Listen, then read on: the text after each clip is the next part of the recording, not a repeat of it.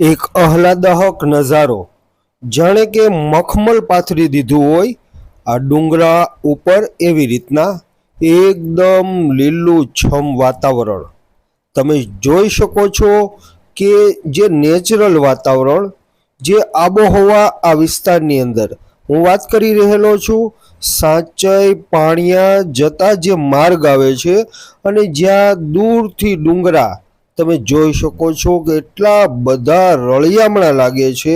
આ આહલાદક નજારો, આ સૌમ્ય વાતાવરણ, આ કુદરતના ખોળે જે નેચરલ વાતાવરણ જેને કહી શકીએ એવું નેચરલ વાતાવરણ અત્યારે માણી રહેલા છીએ। અને આ દૂર દૂર તમને જે ડુંગર દેખાય છે એની ઉપર ગાયો પણ ચરી રહેલી છે। આપણે વિચાર કરીએ છીએ કે ભાઈ આટલી ટોચ ઉપર આ ગાયો કઈ રીતે ચરવા માટે જાતી છે અને ઉતરતી છે। ગોળ ગોળ ફરીને આ ગાયો ડુંગરની ટોચ ઉપર ચરવા માટે જાય છે। આ સાચઈ અને પાણિયા આ વિસ્તારમાં આમ જોઈએ તો મોર પણ, આપણું રાષ્ટ્રીય પક્ષી મોર પણ ખૂબ જ જોવા મળે છે આ વિસ્તારની અંદર। અને મોરલા ટહુકારા જ્યારે કરે છે ને ત્યારે વાતાવરણ એટલું બધું સુંદર લાગે છે, એટલું બધું સુશોભિત લાગે છે કે એની કોઈ સીમા નહીં। અત્યારે આ રસ્તેથી અમે ચાલીને જ્યારે જઈ રહેલા છીએ સાચઈ પાણિયા, ધાંધાનેસ, આપાગીગાનો વડલો અને જ્યાંથી શેત્રુંજી નદી ખળખળ વહે છે એવા વિસ્તારની અંદર અત્યારે અમે ઊભા છીએ અને જઈ રહેલા છીએ કુદરતના સૌંદર્યના ખજાનાને માણવા માટે। ત્યારે તમારા માટે એક ખૂબ સરસ મજાનો વિડીયો પણ મોકલાવી રહેલા છીએ।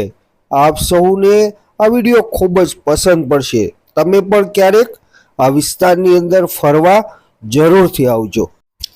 આ જે ડુંગર તમને લીલો છમ દેખાઈ રહેલો છે એ આમ જોઈએ ને તો કુદરતી ચાદર પથરાઈ ગઈ હોય એવો નજારો છે। અને સાથે સાથે જે તમને કાળા ડુંગર દેખાઈ જાય છે સામે, આ ડુંગર જ્યાં વરસાદ હાલમાં શરૂ છે ધીમી ધારે, અને ખાસ કરીને જોઈએ ને તો આ વિસ્તારની અંદર ભેજવાળું વાતાવરણ તો ખૂબ રહે છે, પણ હા વરસાદ પણ એટલો જ પડે છે।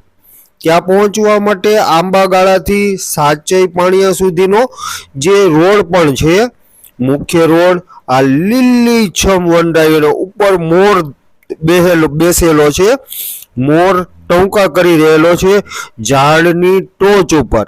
આપણે ઝૂમ કરીને જોઈએ કે આ મોર, રાષ્ટ્રીય પક્ષી મોર, અને આ વિસ્તારની અંદર એટલા બધા મોરલા ટહુકારા કરે ને એટલા બધા મોરલા જોવા મળેલા કે ખૂબ મજા આવી ગઈ। તમે પણ ક્યારેક પ્લાનિંગ બનાવજો આ વિસ્તારની અંદર ફરવા માટે આવવાનો। ખૂબ જ આહલાદક નજારો પણ આ વિસ્તારની અંદર, અને ખાસ કરીને ચોમાસાના 4 મહિના તો અહીંયા ખૂબ ખૂબ મજા પડી જાય એવું સૌમ્ય વાતાવરણને માણવા।